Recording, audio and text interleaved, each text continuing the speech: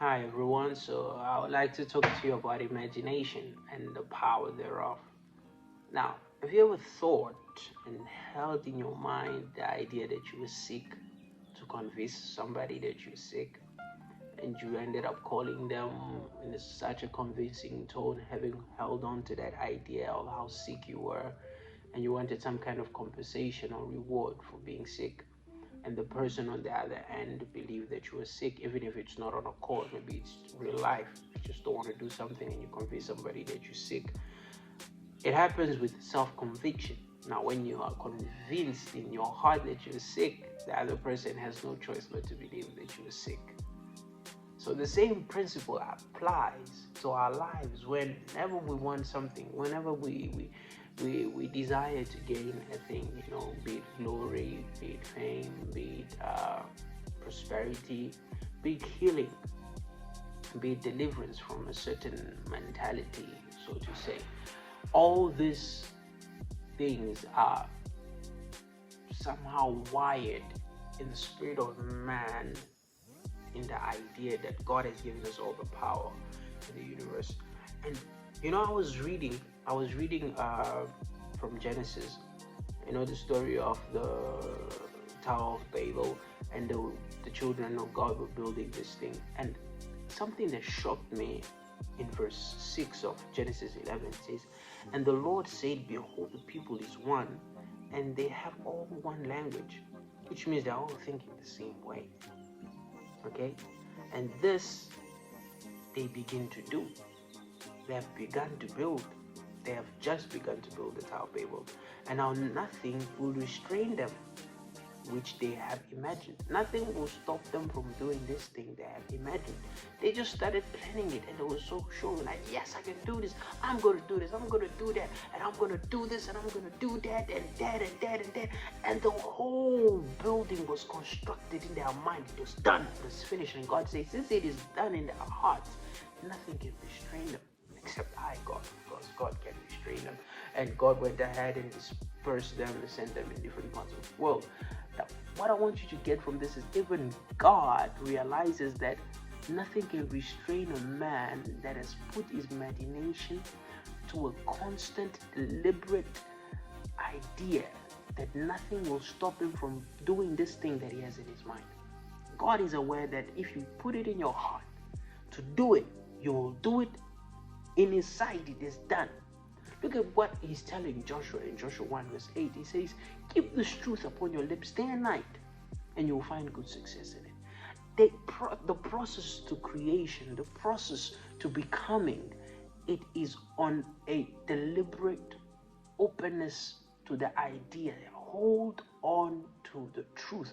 Hold on to that idea. Hold on to it.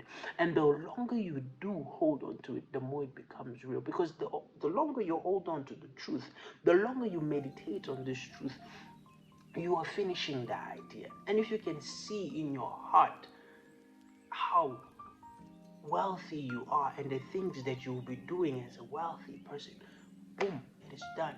Because you have a plan for each day, you have a plan for each minute, you have a plan for each year, you have everything settled. Okay? I witnessed God changing lives. I have a friend of mine, I think he might watch this. Bless you. I love you, brother. Please don't comment below. Just kidding. He was dead broke, and he had the idea of becoming a manager in a store that he was working in. And I told him this principle. I told him, just believe it, go ahead, try it. And he went ahead and tried it. And now as I speak to you, he is the manager not only of that store, but of different branches of the same brand. Okay? Why? He put it into action. You just gotta release yourself in faith. You gotta release yourself in truth and become a reality. Let it become a reality in your mind. Let it become so real, so vivid, that even the air that you breathe feels like the air that you will breathe when you are healed. Let it feel like the air that you will breathe when you are in your vacation somewhere. Okay? and the seashells. Now, all this truth can become your reality. All you gotta do is hold on to it, believe in it, and hold on to it. If you are able to do it in your mind, you can do it in the realm, in this realm, in our reality. Imagination is a realm of itself, but this reality that we are in is also another realm. And you can bring from the realm of imagination into the realm that we are in. Praise God. As a man thinketh in his heart, so is he. Look at Jesus is telling people in the book of Matthew 28. He says, if you look at a woman with a lustful eye, you have already committed adultery.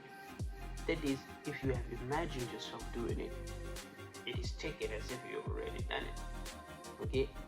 Now, if he gives this principle concerning how you look at certain things, that is lust, it's the same principle that is working when you are looking at healing, when you are looking at blessing, when you are looking at freedom, when you're looking at prosperity or promotion. You gotta believe it in your system, and it shall be done unto you. If you look at someone that is crippled and imagine them walking, they'll be walking. Okay?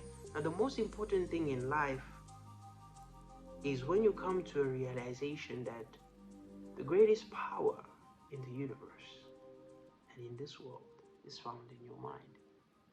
This is righteous mind.